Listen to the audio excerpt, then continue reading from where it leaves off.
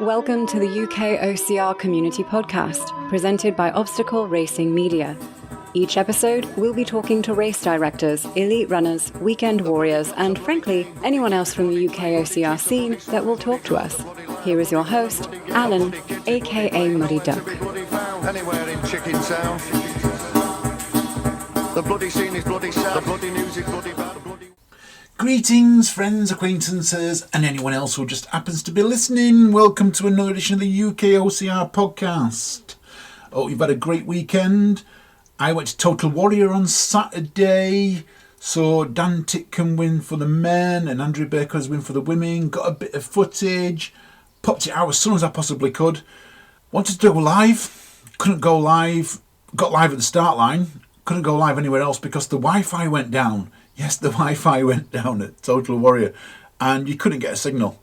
What it meant was there was a huge queue back of people getting in on the parking, because at the parking they had Wi-Fi payments. The first time they've ever done it, bit of a hiccup. Everything got back up running smoothly for them. However, we couldn't get Wi-Fi out on the course. So I put them all together and got them. So I hope you enjoyed that little bit of footage. Now, I don't know about you, but it's a week since I did ETM. And ETM for me is one of them races that I'm going to talk about for a while. Okay, not on this podcast. This is probably the last time you might mention this podcast. But today's guests, I got them on straight after an event that they did that they've said they're going to talk about for a while, which was the Farmyard Jam. So it's one that I put on. It's the Farmyard Jam. And I got them on just after. So we talk a little about the Farmyard Jam. We talk a lot about Raw Fitness, the Lion's Den, what Rick Burgess is doing down there, the plans, how it's going forward. I wish it was closer to me. Unfortunately, it's a 6-hour drive away. So, yeah, I can't really get nipped down there in a weekend and into their events. But plans are 2023. I'm 2024. Get my years right here. We're in 2023 now. 2024, I'm heading down that way. I want to take part in a couple of their events because they sound so good. But yeah, that's what we've got coming on today. Also, a quick one. Now, I listened to a podcast today, OCR Talk it's called, and it was about sodium, or it was about hydration, and how hydration can affect your body in many different ways. Now, I suffer quite often with cramps. If I go on a 10-mile run, I used to suffer massively with cramps afterwards, shutting down my leg, and it was anything over 10 miles, and I was in some serious agony. And I never realised this, but after this podcast, it made me think. So about 4 months ago, I started using Builder, BLDR, and unto McIntyre ready. I thought, yeah, let's get some, let's see what it's like. And I haven't had cramps for a while. I also take salt tablets, by the way. So since I started taking salt tablets and this Builder, I haven't had cramps for a while. And this podcast was talking about it's all to do with the sodium levels in your body. So I've had a quick look at if Builder got sodium in it, because I didn't know if it had or not. And it's got 500 milligrams per serving. Now, that's quite a lot. So I'm wondering if that's helped towards me. Reach out to me, you guys, because I'd be interested to know what you guys use to get rid of cramps. Like I say, I'm safe at the moment. Touch wood. I did ETM last week. I've had no cramps since then. I've been out for a 10-miler since, and I've been a 15-miler this morning. And yeah, so I'm absolutely fine. I've got no cramps. I'm still feeling good. I guess some muscles are feeling a little bit tired, but I've got none of that nausea, that lightheadedness, or anything that I sometimes get with long runs. So maybe it's the Builder. Not sure. We'll have to see. But anyway, that was just me. I just wanted to share that little bit of information with you. So let's get on with today's podcast. Rick Burgess and the Raw team. Oh. Yeah, that's a prize, that recording in progress. Yeah, you're live. Well, you're not live, you're pre-recorded. Team Raw. So we call Raw Obstacle Fit, Team Raw, whatever you want to call yourselves. Welcome to the UKOCR podcast. How is everyone? Hello. All good? All good? Hey, good. Very well. How are you doing? How are you doing? So I guess we'll have to introduce ourselves because this is the first time I think I've ever had 5 guests on at once. So we have got Rick Burgess, head honcho. So we call head honcho Rick. Would that be the best name? Hey, honcho. Hey, you got me what you like. the brains behind it. I was going to say this will become later, but I was going to say Kerry then, but Kelly. Part of Team Raw, we have got Darren, we have got Lou, and we have got Tom. So welcome, guys. Thank you. And welcome to the podcast. Having us. And Tom's got his top on. Yeah. Tom's got, for anyone who doesn't know, Tom's got his top up already. I'm halfway there.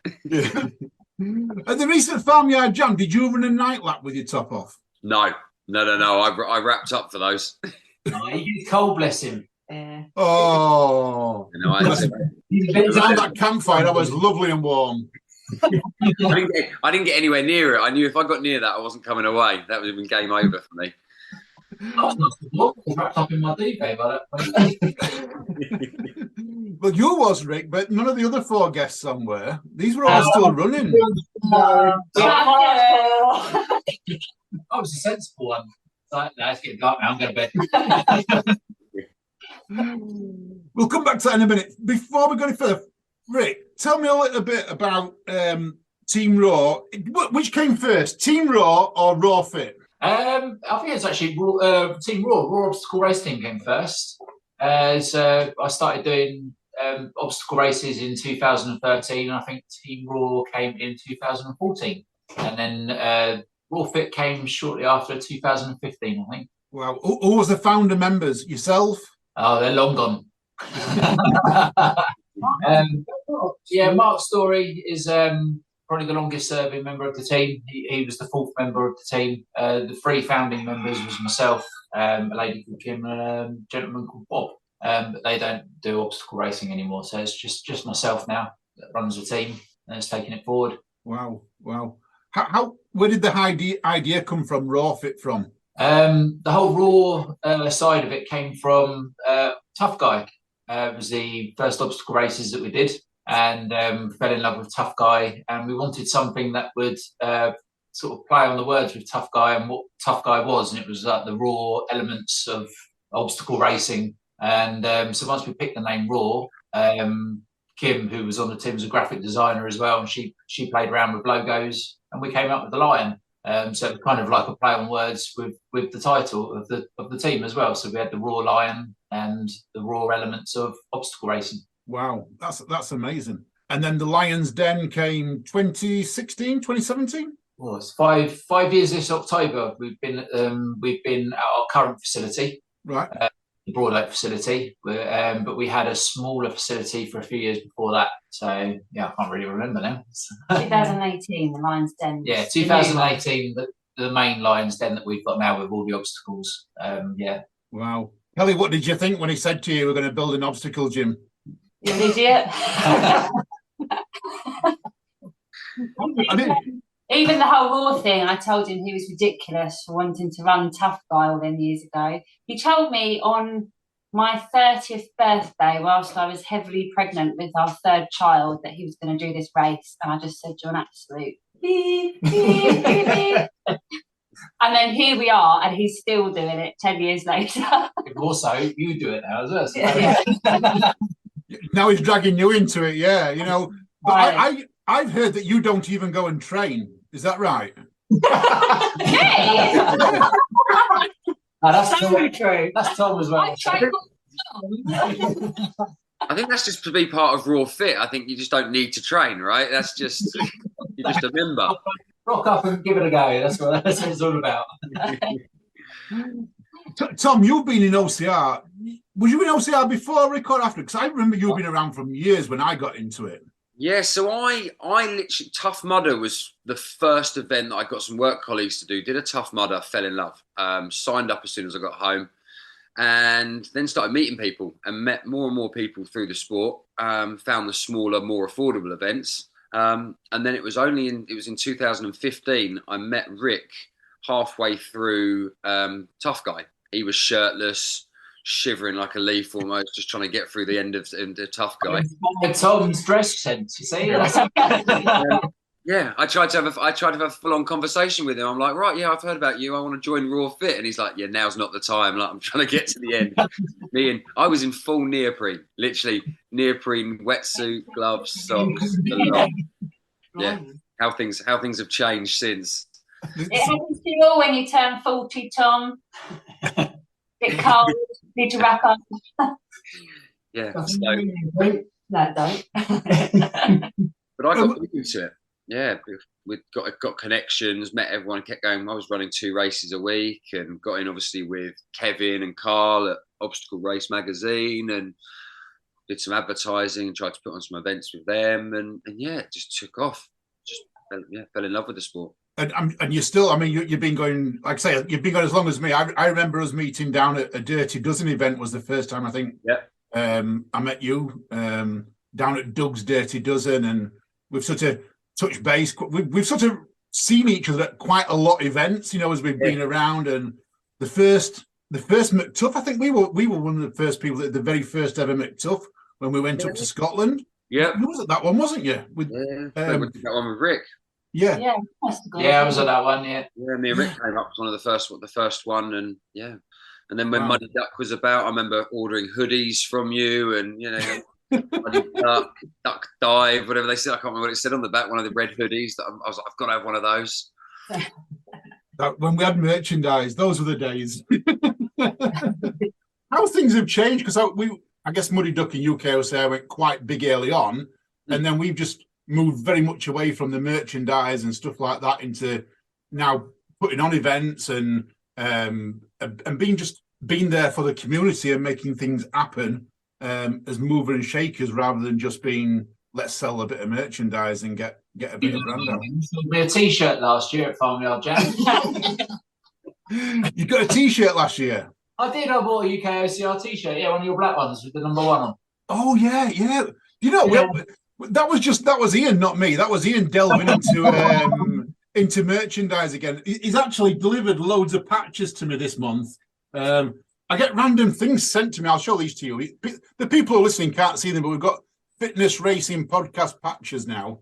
And I've had loads of these delivered to me. And Ian just orders stuff and sends them to me. And it's amazing what Ian comes up with. And I just go with the flow. But let's get back to some racing. Darren, Lou, let's go to you first, Darren. How did you get involved with RawFit? Well, Lou got into RawFit first because she works with Kelly. And yeah, she pretty much bullied me into it. So Kelly did a conversation that I was having with somebody sitting next to her in the office, and then did that. My husband runs a fitness thing, so invited me to a training session at the weekend. Poor Kelly had to turn up because she promised me she'd be there at my first training session, and I think she was pretty hanging, but wouldn't let me down. What's new? And then it went from there really. She pointed out kind of the races that were there. I remember back then when races were a lot cheaper.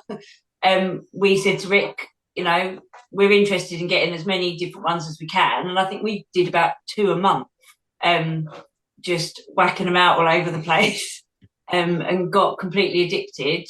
And I obviously dragged Darren into it. And then, as usual, with the fitness side of things, we stayed. We can't get rid of you. Yeah. We're like a bad smell now. Come part of the package. 2015, I think. Yeah. Wow. And now you have got probably the best accommodation that I've ever seen. When you rock up to an event with your tent on your roof, unfolded, put around, sorted within 30 minutes, you're in deck chairs. And I didn't have a row either. So basically what can be said for not having a tent? Keeps your marriage going. And for our children listeners, you'll all learn that as you get older. Now, RawFit, Rick's moved a little bit. You stay with the Lion's Den. It's absolutely amazing. It's doing well. And then these last few years, you've moved very much into the charity side of things, you know, especially during COVID. And I've done quite a few charity runs in aid of Sane and that. What got you involved with that? I started raising money for SANE prior to doing fitness. I used to be in the police force, and I got medically retired from the police force through mental health, and so I chose to raise awareness for mental health and mental health charities. And so I got chatting with the guys at SANE, and I just sort of stuck with them throughout the whole thing. So it wasn't just like one fundraiser, I did one event or whatever like that. We just continued to do different things. So it started off with me like running at events to raise money for the SANE. And then as we broadened it out with Raw Fit, we decided we could do some fitness challenges and other challenges, and also use those to raise awareness and money for mental health charity. Wow. And how many events you put on? Quite a few now, haven't you? I think I've done about 3. I want to say 3. But you've done quite a few virtual ones. Yeah, we've done loads of virtual ones, and even so much so, like some of the regular ones that we do, I always give a percentage of the, just the profits and stuff like that from those events to charity. Wow. And quite recently, you've moved more into other events, so into live events where people rock up. We've recently had, was it Codebreaker recently? Yeah. We've done 2 code breakers now. We've got another one booked in for October. Yeah, October. So we do a spring code breaker, and then we've got an autumn code breaker.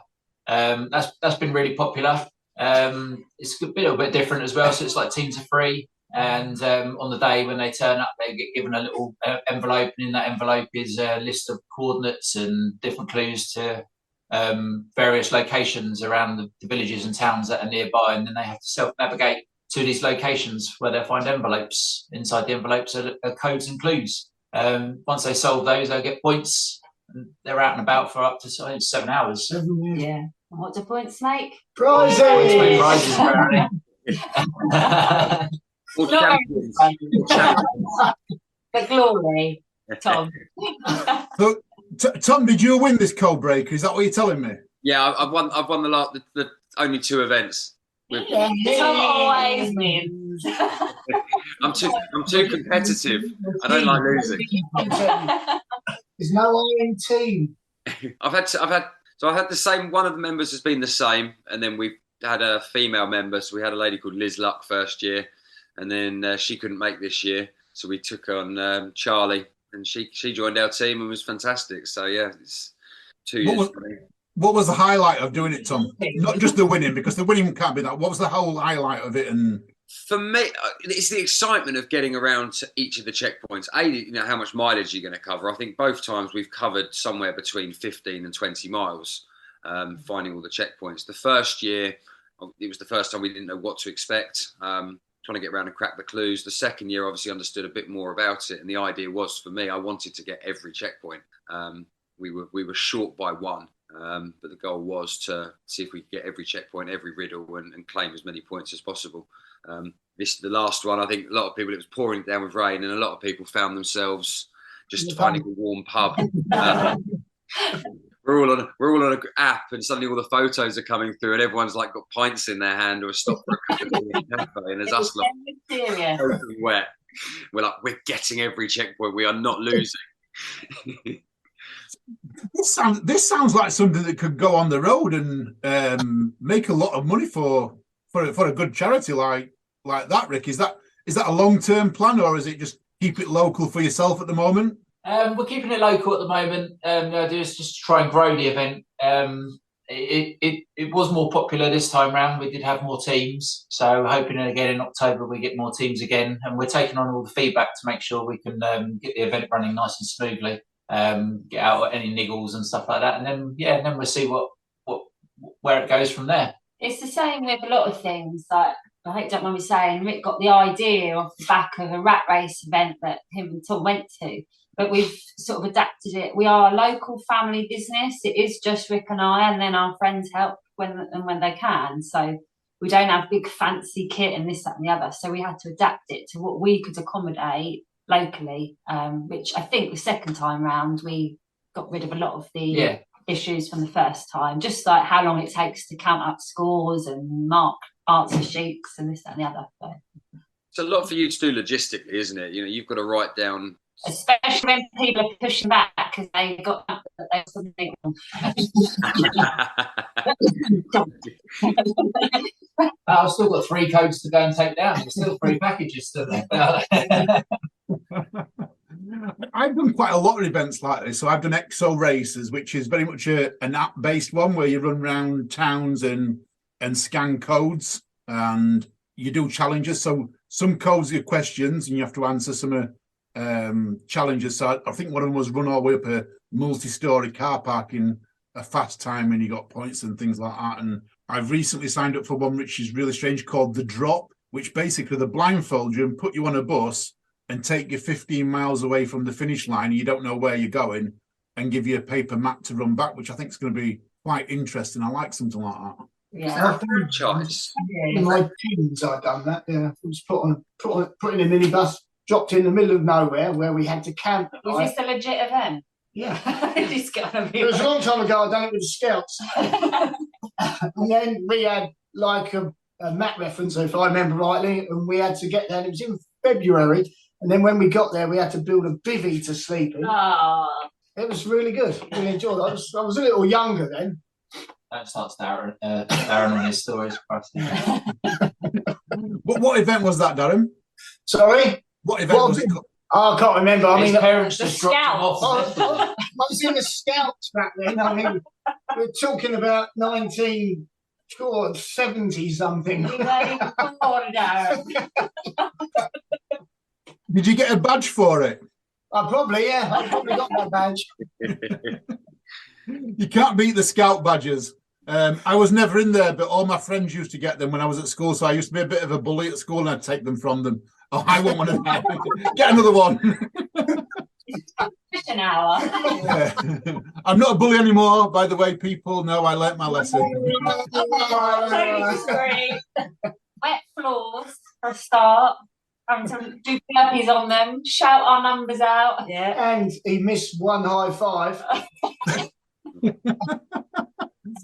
Yeah, I think I'm getting the bully bit now. We'll come to all that in a bit when you can tell everyone how bad Farmyard was and what we didn't do. So you've got another event coming up, the Battle of the Den.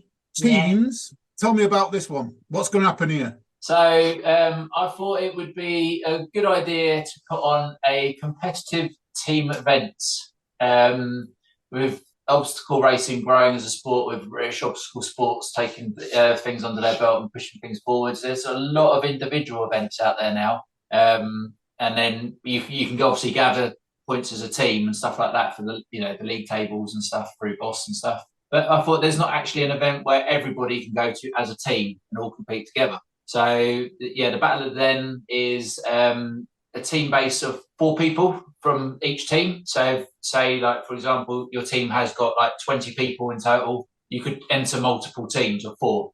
So you could have more than one team representing on the day. We're looking to put on different heats throughout the day. So everybody will race twice in the day in different heats. Each heat will challenge them in different ways with the running and the obstacles. Where you place on the day in your heat, you'll score points. And again, what do points mean? Yeah, so the team at the end of the day with the most amount of points will come away with the Lions team shield. We're hoping that if the event does take off and it is big enough, that we can do it yearly. And then that team will get to keep the shield for a year and then return it. And then the following year, it can have somebody else's team name engraved on it and it will go out to another team. Or defend the title. Team. Yeah, or the same team. Yeah. Wow. Tom, who's on your team? We're still building the team up. I've got 3 members. Daz is going to be on the team. John Alban, Ryan Atkins. Have you sent emails to them too? That'd be nice, wouldn't it? Yeah. Get them quickly signed up for Team Raw. No. Yeah. It was going to be him. We've been denied. Yeah, I think for the first event, just getting a feeler out and just getting a good mixed team out there to see. There's a lot of competition, with teams like Phoenix, Nuclear Phoenix, obviously strong. Rumble Fitness are a strong team. That's going to be great to see those guys coming along and putting in their heats and battling with us. It's not all of us train as hard and regularly as they do. But to go out there, I think individually, if you get put up against one of them, we could certainly give them a run for their money. So you don't know who you're going to face in each heat. You've only got to beat that person to get some good points, and it'll build up. So it's going to be a challenge. But yeah, I think so. I was talking about the teams and that. I was looking on the UKOCR British Obstacle Sports League table earlier, and I was seeing that you've got quite a big team. So Team Raw is quite a big team, but you're not necessarily scoring a lot of points. Is that because the team itself, would you call it more of a community team rather than I know it's called Raw Obstacle Racing Team, but it seems from an outsider looking in that it is a little bit more of a fun community team rather than a Nuclear Phoenix that are super competitive and race and things like that. Would that be a fair comment? I think the team has changed a lot over the years. If you look back a few years, we were definitely one of the biggest teams around. And if you look at some of the people that have come from Raw that have then gone on to other teams, Mark Dixon, he used to run in blue many years ago. He's gone off and done other things. There are a lot of people that have then gone on to other teams and then run competitively. And there also were a lot of people that were running in blue that could podium and at races. I just feel there's a lot of people at the moment that are still a bit scared to run competitively that are in amongst the team. So yeah, I do think we do fall down the table a little bit there. We have got a big community sort of feeling amongst the team, and a lot of people do just want to run for fun. But yeah, do watch out, because there is going to be some changes coming up with the team. We are looking at some different things, and we are hoping to sort of make a bit more of a competitive side again, and hopefully we will be back up that table a little bit more. Oh, interesting. Oh, my taste buds are watering.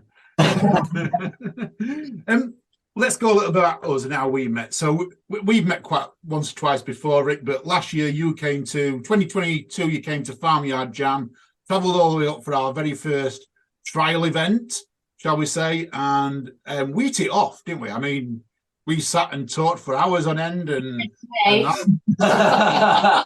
What's an idiot? And then this year you bring the family up, you bring the crowd up, you bring. Yeah, I'm talking about once bad. He's not such a bad guy. He's not scary. Come on, let's all go and have And I guess us, and it's a pity we couldn't get Jamie on tonight, the other race director, to chat with us, because we all just hit it off right from the start. Kelly with her moaning all the time, insistent. The listeners can't see now, but behind her, she's actually got a list of all the complaints she wrote down on the day. But yeah, we hit it all off, and I mean, we've got the team winners, champions, and we've got the individual champions on today. It was only the pairs, so next year you've got to bring a pairs up with you to challenge Oliver and Gemma. Yeah. We should have won a stamp medal. We should have. We've not talked about it at all, especially to Rick. We've not mentioned it whatsoever.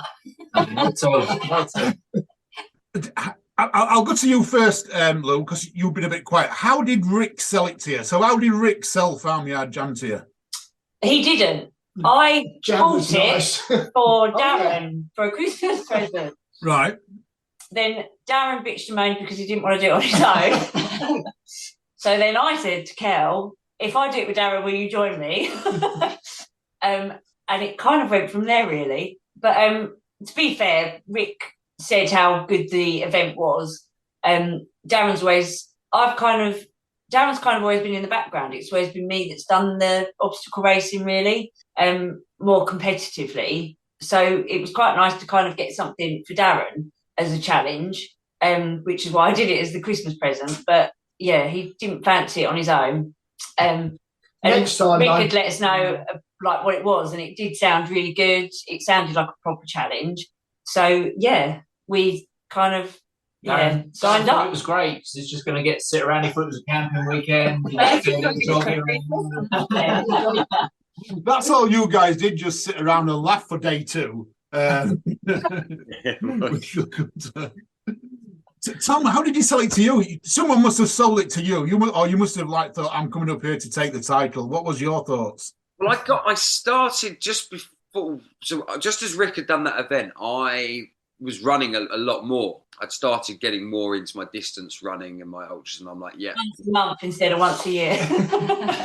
sounds like something I want to do. And then the price. I think where else could you potentially run for 48 hours for 30 quid? Yeah, that's however many miles. So the price was a seller for me. The fact they had camping going up for a good week at the time of year, and yeah, I'm terrible. I'm an arsehole in the team because I don't train and I smoke fags and I rock up to events and I piss everyone off. Do you? We've not noticed. Barely. But it's given me the mojo back for running. Yeah. I've come back, and I think you'll hear from Rick and then Lou and everyone and Kelly and that I've gone out and I've run a half marathon since. I ran a 10k 2 days after the event. I've just done a 5k tonight. I've got my mojo back for running because of Farmyard Jam. Oh, wow! So I want to get on it again. There's a few things. You're not getting a ticket. I think it was on the. Was it Monday when you got on the Monday you got back? We actually came back up from the event as well, and we met up with Rob. And the first thing Jamie did was got your Strava up and went, "Look, Tom's gone for a run." Yeah. It was a recovery run, just a little 6 miles. You just hate it. That I don't know about everyone else, but when someone's done, I mean, how far did you run? 70k? 75 miles. 75 miles you ran, and then the following day you go, I just go out for a recovery run, and it's like, I hate that. That's like, no, it's not a recovery run. You're just showing that you can still run, you show off. But yeah, but there's things I need to stop. There are the smoking and stuff. That's got to come. And I want to get fitter. And as you going back to the competitive stuff that you were just saying, we raw obstacle race team. We used to be up there. I used to love getting in the top 10 at small races, top 20 in big races. And I'm not able to compete anymore at that level because I'm just not fit enough. So I am getting the mojo back. I'd like to get back to that stage and put raw obstacle race team back on some leaderboards. Yeah, 1st of July, you're running competitively, aren't you? What's that? 1st of July. Yes, yeah, we've got the Total Warrior. Yeah. Up in We've Leeds. got a few younger lads as well, like our son Jake and Adam, and a few younger ones that are sort of coming up to that adult age group. So it'd be really good to see them push themselves. And obviously, a few of them do look up to Tom. So if Tom's doing it, hopefully that will push them more. They might podium as well. It should be really good. Oh, no, that's great. And it's good that you're coming back up here because I'll see you on 1st of July because I'm going up to Total Warrior as well. So I'm not running. I'm just doing media up there. We're doing because it's probably my most local OCR, being only like about 25 miles away, where before it was probably about the 5th furthest away. But as it's declined a little bit, it's my closest. So I always go to it. So we're doing a little bit of media up there on the day, and so we'll catch up and stuff like that at Total Warrior. But good to see you. And there's a good field going up there as well. So there's some good runners. I know Dan Titcombe's going up. I know Morgan's open to go up. So, top 2 guys going up, and James Burton will be there as well. So, oh,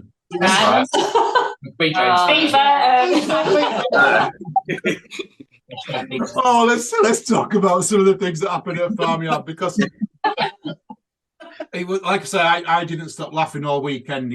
From the first thing. First of all, let's see who actually beat James Burton on a lap because that was the story of the week, and everyone's hands go up.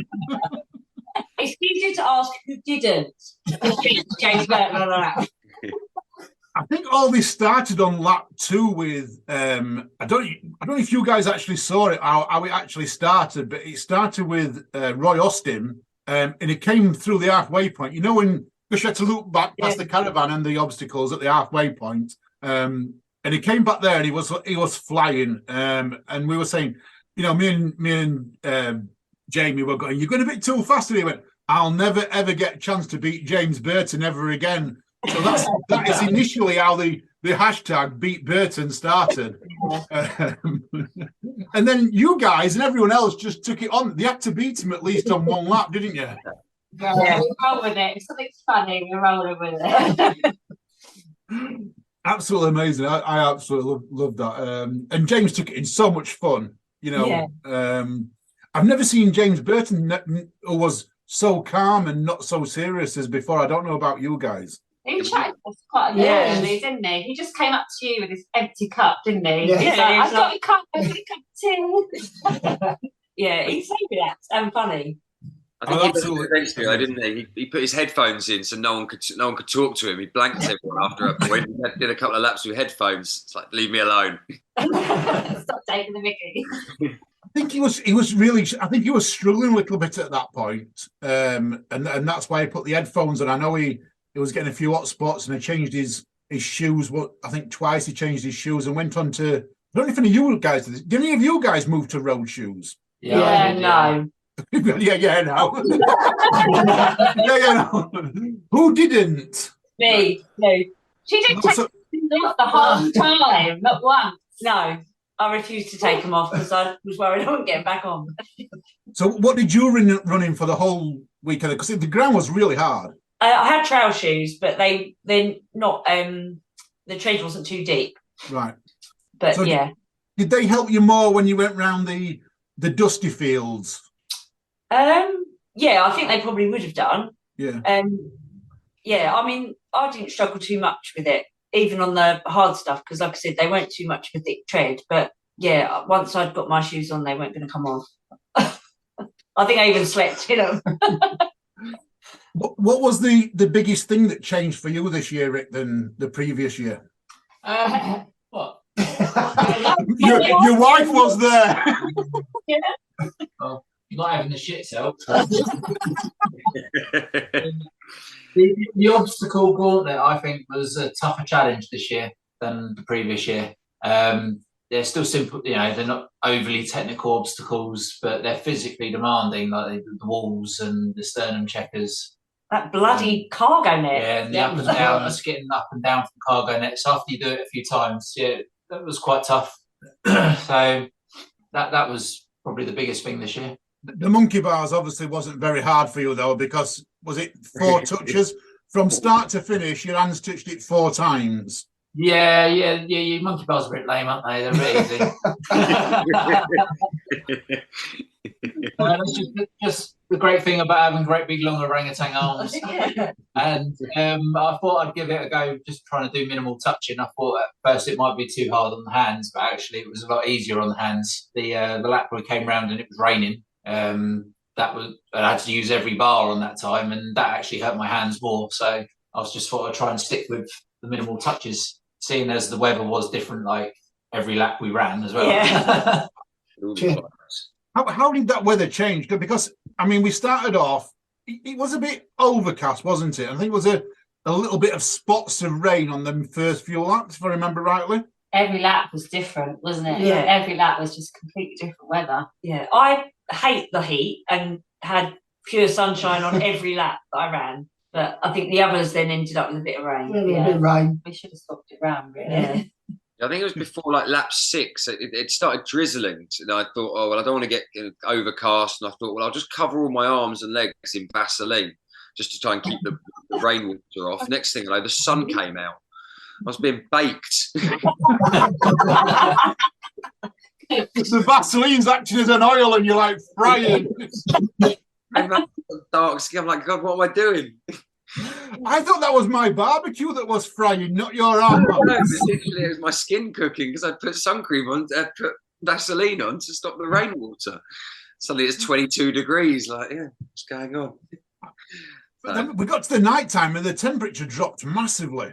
Really cold. And it got really wet. Really wet. Yeah. Especially the ground. When you're doing burpees. When you're doing burpees. No, but what about you? I know, Kelly, you went to do the night lap. Because you moaned about the grass being wet in the early morning as the sun come up, and you told me about that quite often because I didn't go out and dry it. I didn't mention it. I think I got so cold, I was really miserable for like an hour or maybe two. Because I think my advice to myself for next year is to get changed after every lap. Because even if you're not physically wet, you're sweaty wet. And then because we were doing a team, we were sitting around for 2.5 hours and the temperature dropped. So by the time, I just felt really cold for a couple of hours. So my advice to myself is get changed every lap into clean, dry clothes. Yeah. How many suitcases do you have to take for that? No. Wow, that's the thing, isn't it? That's why we had the booking line. We did have our washing line up, but obviously. I don't own that many pairs of pants. I've never been able to manage it. We're inside out.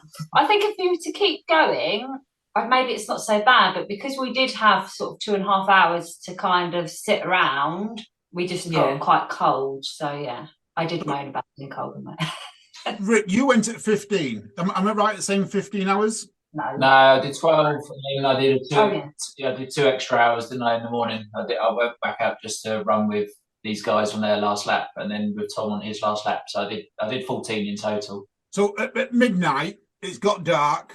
You know, we know as race directors and based from last year that this is when the game changes happen. This is when it all happens. I went to bed at 1 o'clock. 11 o'clock. I went to bed at 11 o'clock, got up at 4, and it was a whole different scenario.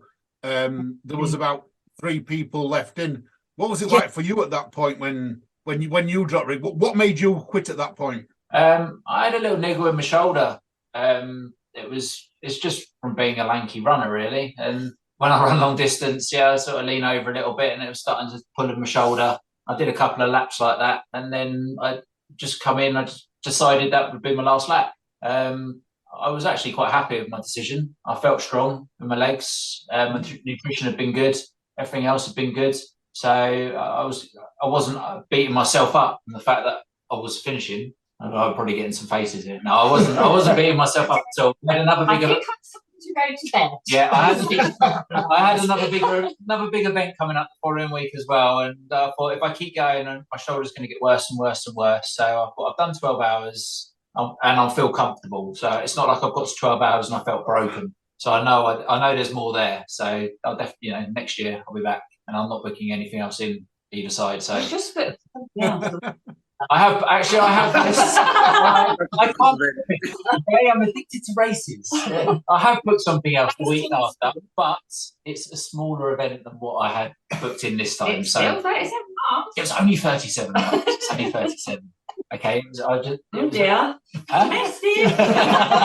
Domestic live in the podcast room. Next year, I'm going to do it solo. We're going to be up for it. I'm not going to book anything else in May. And then he's like, it's only 30 quid. Oh, yeah, it's a little bargain, isn't it? It's 30 quid. Yeah. I'll tell you what, it'll be my recovery run. Recovery run. That'll stick that up you, Tom. 37-mile recovery run, not a little 7, eh? I'm doing that event as well, though. Oh, I love it. As Rick felt on, I mean, you was out there a lone runner. I think there was about 12 or 13 of you at this point. There's still a good amount of single runners in there. What was the conversations like as you were going around at this time of night? Could you see people were ready to quit? Could you, because I know Jane said at 10 hours, Jane was going to quit, wasn't she? She was pedalling up at 10 hours. Yeah, I had my own game plan. And it was only on laps 15 and 16 that I think there was last year's winner, Colin, and the other fellow smoker who kept going out and doing Rob. Right, yeah. So Colin and Rob, and then there was Jane, as like the ones that I remember at lap kind of 16, and everyone still looked strong. And I got halfway through that lap, and someone said, "Oh no, they've finished. Like Rob and Colin have just dropped out." And it was finishing that lap, Jane just turned around and said to me, "No, I'm going to do one more lap. It's yours." And I tried to encourage her. I wanted her to do more. And I said, "Come on, you've got more in you. You're not tired." She was like, "No, I'm done." But I think that nighttime, it does change you. It's cold, the weather conditions. You don't get as much time to necessarily eat and fuel up because your laps are probably going a little bit slower. The obstacles are harder. But I set my own game plan and just tried to forget what everyone else was doing. In an individual event like that, you kind of can't follow others. It felt quite lonely because I do think that people are tired. And I think that does make the difference, is because I suppose during the day, you guys are up and everybody's really wanting to watch and kind of join in with you. But at night time, people are either asleep, if they can sleep through your shouting of burpees. But you kind of, you're knackered by that point. It's a bit quiet. So it felt, although there were people with you, you didn't really talk. You kind of just plodded around on your own. And I suppose it was perhaps a bit easier for us as a team because we knew we were coming back in, could get a bit of a rest, either chat when we got back or go out, you know, with the rest. But I suppose if you're a lone runner, it probably becomes quite obvious how lonely it is at that kind of nighttime stage, I think.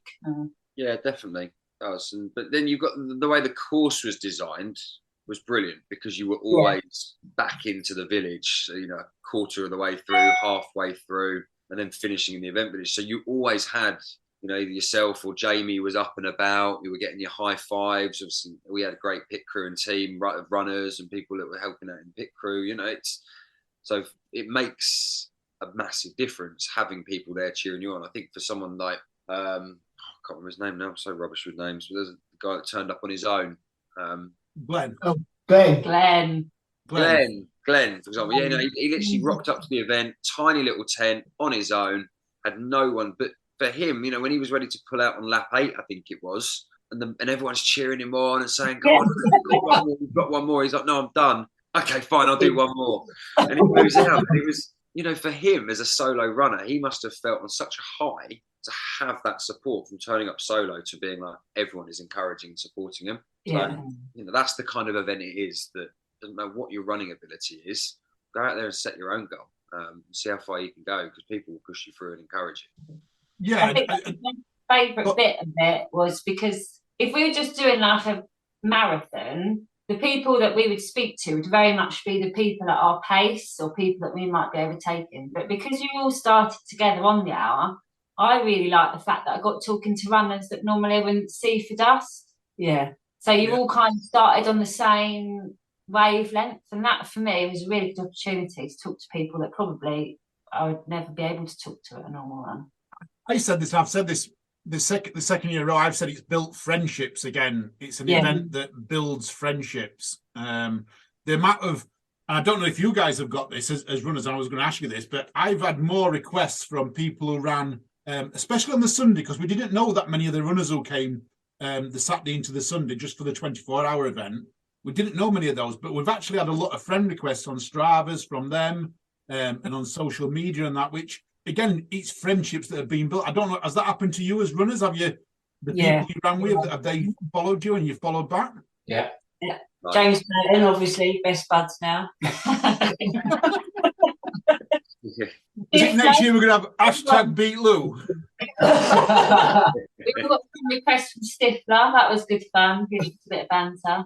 Yeah, loads of things. I just think as well, it didn't feel, you know, if you go to an OCR or something like that, it feels like there's a race and a bit of competition. Although you knew that you were fighting for as many laps as you could do, it didn't feel like you were in a race against people. It felt like everybody wanted you to beat them or do it with them. That was what was nice. It didn't feel like they were like, right, come on, drop out because I want to win it. It was very much like, come on, we've got this, let's get round. Yeah. And that's what we aim to do. We want everyone to beat personal bests. And I think, I know you guys have said to me, you know, you've never ran that far before. Some of you guys, Tom said to me, never ran that far before, and that long, you know, I mean, 26 hours in total, Tom? 26 hours, yeah. You weren't that encouraging though, because on lap 2 you were saying you had a can of beer in your hand, saying sit down by the fire, it's warm. Okay, well let's talk about the psychology a little bit. So, yeah, you know, me and Jamie are trying to convince you not to run. You know, it is part of our little mind games for you to try and get to run. I think we offered you burgers at one stage. We offered everyone burgers at one stage, didn't we? Yeah, cans of Stella. Cans of Stella. And then the fish and chips. Oh, that was a killer. That was the worst. Fish and chips. That was Fish and good. chips. Yeah. You see, but when any of you wanted to quit, who were the first people there were saying, no, don't? Yeah. It was a new guy. When I was quitting. I was dreaming about you not quitting me, Rick. I was like, no, Rick won't quit. Rick will be there when I wake up. Yeah. He literally hid in the tent. He's like, don't tell anyone. I'm stopping. I was like, no, come on. He's like, I'm just going to stay here. I was like, which, on the Sunday, I don't know if we've told you this, but Squadron 303 came. They brought quite a big team, and they all ran solo, and they were smashing lap after the lap. And at mile, hour 13, and we say hour 13, one of them just went back to the tent and just went to sleep and didn't wake up until lunchtime the next morning. see, no stamina. Yeah. It's the thing because they had already kind of was in their beginning laps when we had finished and we were having our barbecue and our beers to celebrate. I was conscious that the smell of our burns was wafting all over the obstacles. But then we all had a couple of beers and we all sat in our sun loungers and we all fell asleep. So and that was good. But did their music not keep you going? Keep you awake for most of the night? Because they had a disco in their tent. I mean, he did on the first 24 hours. Like all you could hear just as you were nodding off is, "I can't hear you calling your birthday." I don't know who was that. We had a bit of banter out there. Kelly, let's talk about me and you having a little bit of banter because me and Jamie didn't get everything right, did we? So we have a list of complaints. Am I right in saying we've got a list of complaints? Let's go through some of them. Yeah. It's a long list. So the grass was too wet at night. Yeah. You could dry it. We need to get... You know, at the Lion's Den, we would dry the grass for our night runners. Yeah. We would get a little towel, dry it off. Or under soil heating would be good. No, that's the second complaint. It wasn't warm enough. that was only in the crawl, wasn't it? Wasn't that just the crawl when you had to go down, or was it when you were doing burpees as well? You wanted under soil heating. Heating everywhere. Yeah, the whole course had to be dry. Yeah. And you need to rake the grass back up for the 24-hour runners because when we started, the grass was like 2 foot tall. And we had to run through it, so we flanned it out for the 24-hour runners. So I think you need to go around with a big vehicle, with a big rake on, and rake it all back up, so it's standing up for the next 24-hour runners. After you've done 48-hour runners. We just do it in reverse. Yeah, so they push the grass up. Yeah. No, see now what I'm thinking is that on the 48-hour event, we met you do it 12 hours one way, and then you go and push it back up, ready for the 24-hour run. That would be a heading, wouldn't it? Yeah. And your sternum checkers. Yeah, they need to be round. They need to be round with sponge on the top. Yeah. We have some foil around the top of the tube as well, please. The slide. A bit of foam. The slide, yeah. Our slide is slightly bigger. Yeah, wider tubes as well. Wider tubes to get Now, or was it all started with the let's go down the tube feet first? Because that wasn't how they were ever designed to do, but someone came up with let's go down feet first. Well, in fairness, I would be able to get down them head first because I can't. Unless they provide ladders. Yeah, or you provide a step. Which I did get for the monkey bars. I think it was poor Gemma, wasn't it? That had to get rescued at one point. Oh yes, she did, didn't she? She went to go down feet first, but she forgot to bend her leg or something, or straighten her legs. So she went down bent leg and got jammed into it. It didn't take about 3 people to pull her out. I think she said that was her first taste at the obstacle. And the chicken wire was nasty. Can we please have some some nice woolly wire? I think that came a while ago. Spartan, wasn't it? It was to do away with the barbed wire. It's too mean. It's why can't we just have string instead? As I was rolling underneath it, it started to rub on my shoulders. It took me a few laps to realise why my shoulders were so sore. It was the chicken wire every time I rolled underneath. And it got Novas, didn't they? That might have been Jamie with his big sledgehammer knocking the post in a little bit more every time. Lowering it. I don't think he did, but you know, he could have. You need a stronger bungee cord for Blackman's head. Oh, yeah. Well, this is what's going to be my next part about obstacles. We had a beautiful bungee cord obstacle where everyone, you know, tried to get through, went as low as possible. But as the event went on, the bungee snapped. Darren, why did my bungee snap as the days went on? They were just not strong enough. I just charged straight through it first, and they just snapped. You actually did charge straight through. I think there was one particular point where you got to the end and there was a piece of bungee cord that was still a little bit, you know, springy. And as you went past it, it sprung back and hit someone that was still going over the sternum checkers. I could just see the finishing line, and I just knew I had to get through it. And the best one, who stopped the lap? Who stopped the watch after every lap? That was me. Just get your hand through the finish line. Exactly, I was going to say, because Rick he would reach through and through the finish line. Watch was stopped. That's my time for that lap. Yeah. Cheating. No, it's his first point to cross the finish line, isn't it? On the photo finish. I That's a bit cheating. I was too excited for the high fives. I'd get back to my tent and then realise my watch was still going. I'm like, oh yeah. Yeah.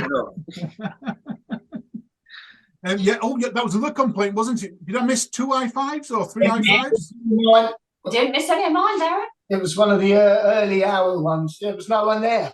But Kelly didn't have music on one of her laps. Yes. No music. Or most of her laps. No, on any of my laps. Oh, any of her laps.